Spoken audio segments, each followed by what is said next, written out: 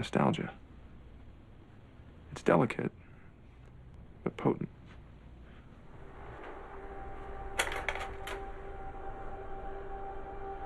Teddy told me that in Greek, nostalgia literally means the pain from an old wound. It's a twinge in your heart, far more powerful than memory alone.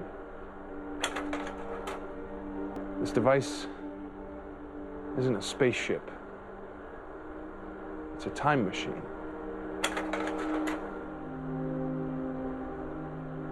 It goes backwards and forwards. It takes us to a place where we ache to go again. It's not called the wheel. It's called the carousel. It lets us travel the way a child travels. Round and around, and back home again.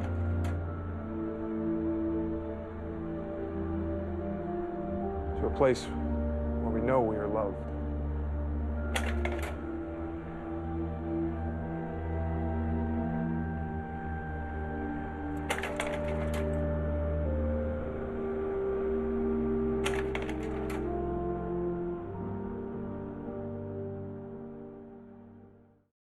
So here's an original thought. Hollywood is out of ideas. Shocking, I know, right? With the glut of remakes, sequels, prequels, and spin-offs, it seems like mainstream cinema is incapable of making anything that doesn't directly tie into something that was popular decades ago, rather than push for the smallest inkling of originality. Every year, like an intrepid explorer, Hollywood plumbs new depths into the vast ocean of nostalgic cinema in the hopes of discovering some age-old fossil which they can bring to the surface, dust off, give a new coat of paint, and sell in bulk to the masses. And in fairness, we can't exactly say that this strategy hasn't been successful.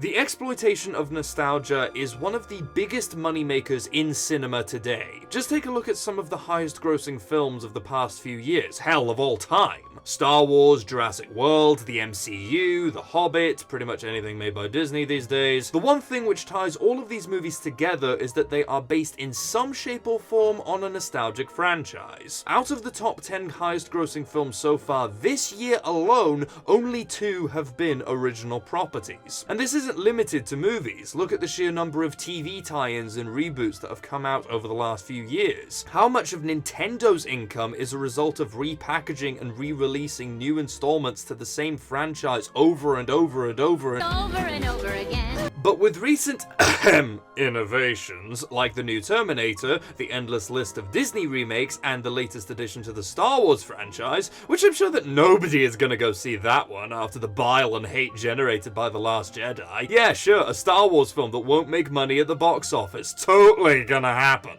You have to wonder just how many of these blatant attempts at cashing in on nostalgia will be good, and how many will be, well, blatant cash grabs. Firstly, I think it's important to define what constitutes as a nostalgic film, as well as what makes one either good or bad. Nostalgic cinema is basically any piece of film which is based on or makes heavy allusions to either an older time period or a pre-existing piece of media. And these needn't even belong to old franchises. Original works like Stranger Things are still incredibly nostalgic because of their heavy leanings on 80s stories and iconography. The setting, the soundtrack, the direct allusions to films like E.T. and Carrie, everything is steeped in nostalgic connections in order to hit at a potential target demographic who idolizes the 80s in some way, whether they grew up in it or not. Nostalgia has always been an easy well for big studios to tap because it automatically connects a film to its audience through something which the viewer has already developed a strong affinity for. This essentially bypasses one of the main hurdles of movie making. There's no real need to get an audience to attach themselves to a story or a set of characters if they already recognize them as reminiscent of something from their childhoods. The connection is already there, they don't need to try too hard to make a new one. Why bother giving any life to the characters of the Lion King remake when everybody watching already knows who they are? Why come up with a new or original story for a Terminator film when people will pay to see it simply because it has Terminator in the title? This is the main problem with this kind of nostalgic cinema. A lot of it is vacuous, substanceless. It panders to the lowest common denominator in every cinema goer without offering anything challenging, original, or engaging. I mean, we all love these kind of franchises that we grew up with. We all love Disney, we all love Terminator, we all love this kind of stuff that we watched when we were younger. So the simple fact that we have that love means that there is something for Hollywood to exploit and make money off. It's really that simple.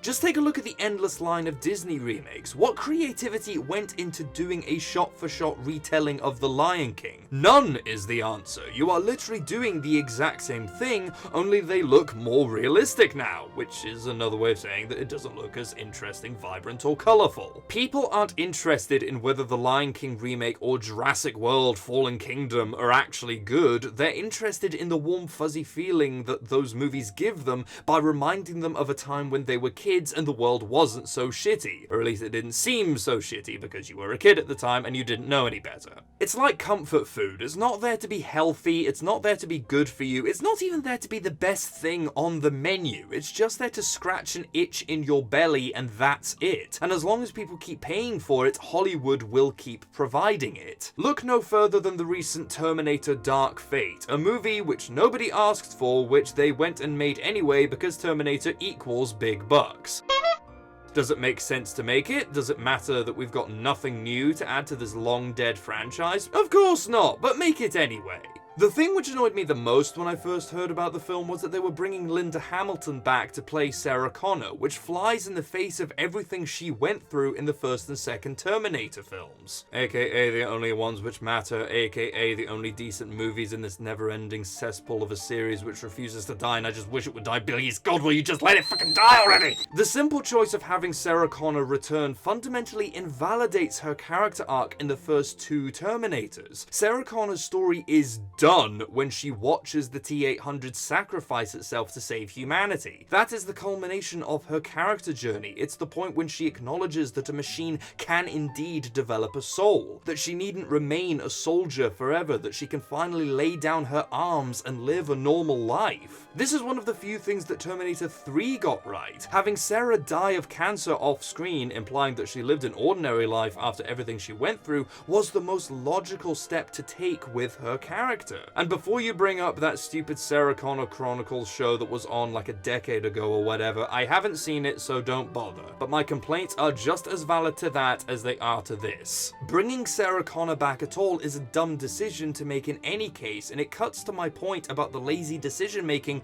which often goes into a lot of nostalgic cinema. She wasn't brought back in the new Terminator for the sake of the story or developing some new aspect of the character. She was brought back to appeal to the little nostalgic part of our brains which remembered watching her in the first two Terminators, so that we'll be tempted to pay the £7 to see it again here. But that's not to say that there aren't examples of nostalgic cinema which are, you know, good. Joker is, however, loosely connected to the Batman franchise, which does technically make it at least somewhat nostalgic. It's also set in the 1980s, so extra nostalgia points there. But while shows like Stranger Things or movies like Ready Player One glorify the subjects that they are referencing, movies like Joker or shows like Dark and even the 2017 It movie are far more critical of the time period in which they are set. And this to me cuts to the heart of what makes good nostalgic cinema. Not only are they referencing nostalgic media, but they are also discussing and deconstructing it within the text. In Joker, for instance, the backdrop of the 1980s acts as a way to show the economic and societal horrors faced by people who lived in an urban environment in that time. To demonstrate that, no, this decade wasn't as colourful or joyous or adventurous as we see in content like Stranger Things. Severe class divides, lack of funding for basic public services like garbage disposal or mental health care. These were serious problems in the 1980s, and honestly doesn't look like we've improved much since. Examples of good nostalgic media don't just reference an old franchise or time period, it talks about it. It builds upon it. Joker isn't just a movie about the clown prince of crime, it's a character piece dissecting how a rundown average man with a mental disorder becomes the clown prince of crime. But this act of dissecting nostalgic franchises doesn't always work favorably. Just take the not at all controversial Star Wars Last Jedi. This is an example of a film which maybe tried a little too hard to pick apart the films which preceded it. Let the past die. Kill it. If you have to.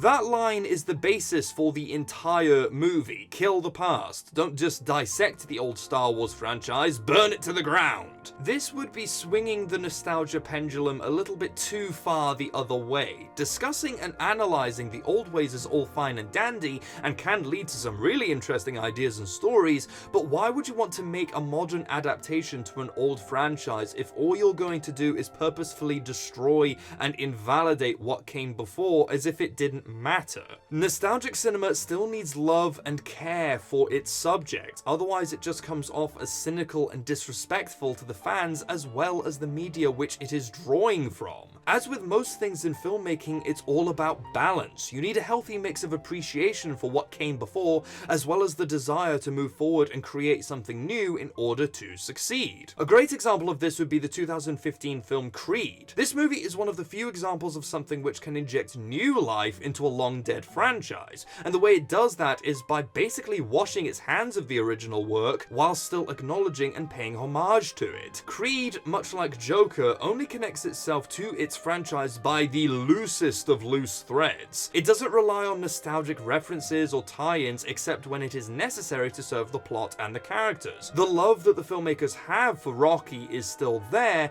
they just prioritize telling an original story over tying into previous installments. And this brings me to my personal favorite example of nostalgic cinema over the last few years, and that is, bizarrely enough, the 2017 Power Rangers movie. Yeah, you heard me right. Power Rangers is one of the best templates for how to do nostalgic cinema right. And this is coming from someone who wasn't really much of a fan of the original show. I was never a die-hard follower of Power Rangers back in the day, but the movie made me wish I was, and that's what makes good nostalgic media. You can feel the love that the filmmakers had for Power Rangers oozing out of every scene. They cared about the characters, they cared about making them feel like real people. They cared about the story, they cared about getting the audience invested in what was going on, whether or not they were even fans of the original show to begin with. This movie wasn't just made for the sake of getting a quick buck, which it depressingly didn't if we look at the box office returns, but for the sake of giving an old story a new lease of life. Sometimes with franchises like Rocky and Power Rangers, that's what is needed. So this video isn't meant to be a slam against any and all nostalgic cinema. Good nostalgic films are out there. It's just that most studios aren't interested in making them good. Now don't get me wrong, I do respect that the name of the game is money, and I'm not going to slam a studio for wanting to turn a profit by making a film. But that doesn't mean that we can't put a little effort into our nostalgic content as well. There's no reason that you can't be both good and profitable at the same time. Just look at Stranger Things, or Creed, or the entirety of the MCU. The people who made these products clearly love the subject matter which inspired them, but their love doesn't blind them to the basic requirements for movie making or storytelling. What makes good nostalgic content is quite simply love mixed with ambition. Looking back whilst moving forward. Creating something new whilst not forgetting your roots. These should be the foundations of nostalgic cinema, not just using the audience's nostalgia as a money-making crutch, but using it as a tool to help tell a new story. To a talented filmmaker, that's all nostalgia is, a tool. And if used properly, it can help tell some truly timeless and even original tales. But if used poorly or cynically, then all you'll get is yet another sequel or reboot that will be quickly swallowed up and forgotten by the masses. And good God, we've already had enough of those.